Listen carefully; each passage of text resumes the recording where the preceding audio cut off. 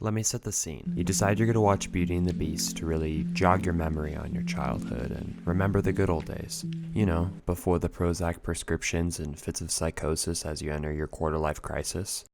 Well, you're finishing up the movie when you get to the scene where they're dancing in the ballroom and all of a sudden, Allegations by Memphis rapper Big 30 featuring Pooh Shiesty starts playing.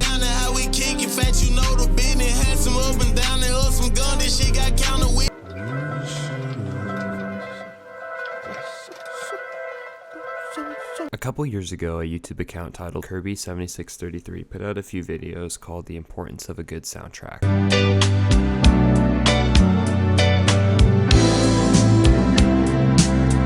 After watching that, you're probably thinking, this can't be something you should base some grand artistic argument off of, let alone post a lengthy YouTube video for future employers to see. But I'm gonna do it anyways. When we look back at this video, notice how the entire feeling and meaning behind the scene drastically changes. It goes from Star Wars to some sexy sci-fi spin-off of Brokeback Mountain really quickly. I mean, imagine if Interstellar didn't have Hans Zimmer's cornfield chase playing during some of its most impactful scenes, but rather, I don't know, the score from Whiplash. I don't know. It'd go from this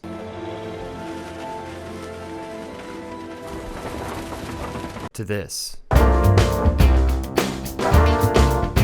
And though it's fairly obvious why it doesn't work, because, you know, the music is supposed to match the context and the compose, but I feel like it goes deeper than that. And I think in order to understand what you love most about your favorite movies, it's important to recognize the elements that make them good. Thus begging the question, what makes a good soundtrack? To me, the best example of the perfect soundtrack is Call Me By Your Name, which admittedly, I've never seen the movie. But in my opinion, that serves my point to a T. When I listen to Mystery of Love or Futile Devices, I can already anticipate the general vibe of the movie. However, it's subtle enough to where I need the songs in context of the movie in order to really grasp its emotional effect. I feel like I'm missing out on a piece of the narrative while also missing out on the piece of the song. It's weird. And that's my point. And in my conversations with friends who either work in the film industry or huge fans of cinema, reoccurring points are that a good soundtrack serves the story so well that it becomes a part of the story. It's no longer just a soundtrack and a movie, but each are so intertwined to create this perfect balance of audio and visual stimulation. One of my friends said he likes it when there's a reoccurring melody in the soundtrack, citing me and Sebastian's theme from La La Land. This motif isn't just music, it's the film's soul. It's interwoven into the emotional fabric of the story. Yeah, I can come up with big words like that. That's why when you hear the little piano chords in any situation, you'll go into the That's So Raven-esque trance, remembering moments from the movie. And because the soundtrack itself carries so much weight, oftentimes it can tell us more of the intricacies of a story than any actor, writer, or director even could. I find this point to be exceptionally true with Stand By Me and Beautiful Boy. Oh wait, are you thinking about the movie or are you thinking about the song? Well boom, I'm talking about both. This fusion extends to films like these where the movie titles and soundtrack choices are cleverly intertwined. The deliberate selection of these super iconic songs emphasizes the synergy between narrative and music. It's subtle yet impactful. It embeds the soundtrack within the very essence of the story, and it takes whatever previous connection you had with the song and it reinvents it, adding more nuance for you. And now whenever you listen to Beautiful Boy, you can see and hear Steve Carell singing it too. But had there been a moment where Steve Carell says to Timothy Chalamet, you are my beautiful boy, and then he breaks the fourth wall and starts winking at the viewers and the song starts blaring in the theater, then you would think that is dumb as hell. Which leads me to my next point, and that's subtlety.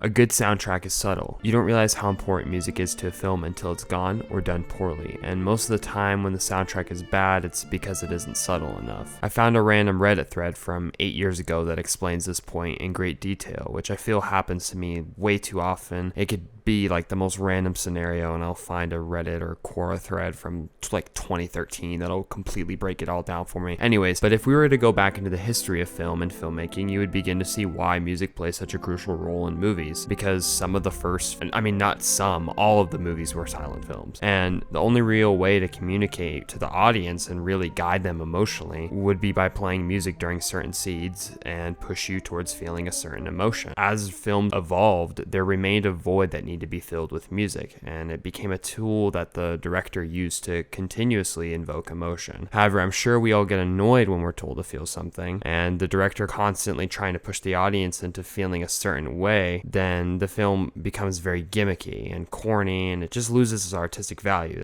That's like when you watch a Hallmark film, it's almost offensive how little they leave up to the viewer. They're basically calling you stupid. It's basically just royalty-free music with someone singing "I'm back in my hometown" while the main character is quite literally driving into her hometown to start her humble cupcake shop or whatever it is. But anyways, when they say a picture is worth 1,000 words, that's because the value of art can be applicable to almost anyone, and ambiguity is art's greatest ally, which is why subtlety in a soundtrack is crucial. A good soundtrack capitalizes on the moment. I recently watched The Graduate, and its ending is widely regarded as one of the best examples of a perfectly scored moment. The two main characters run off from their families, with Elaine leaving her groom on the altar. They have to physically fight off their family members, which present themselves more like a mob than anything. And after 5 minutes of some of the most wild conflict, Ben and Elaine hop into a public bus and start to begin to realize the implications of what they're doing.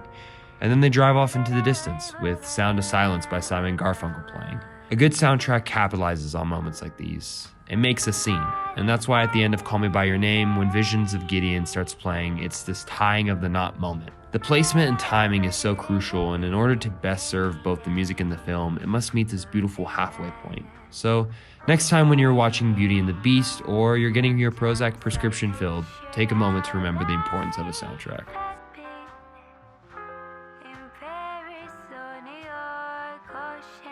I hope you have a very cash day. I hope you have a very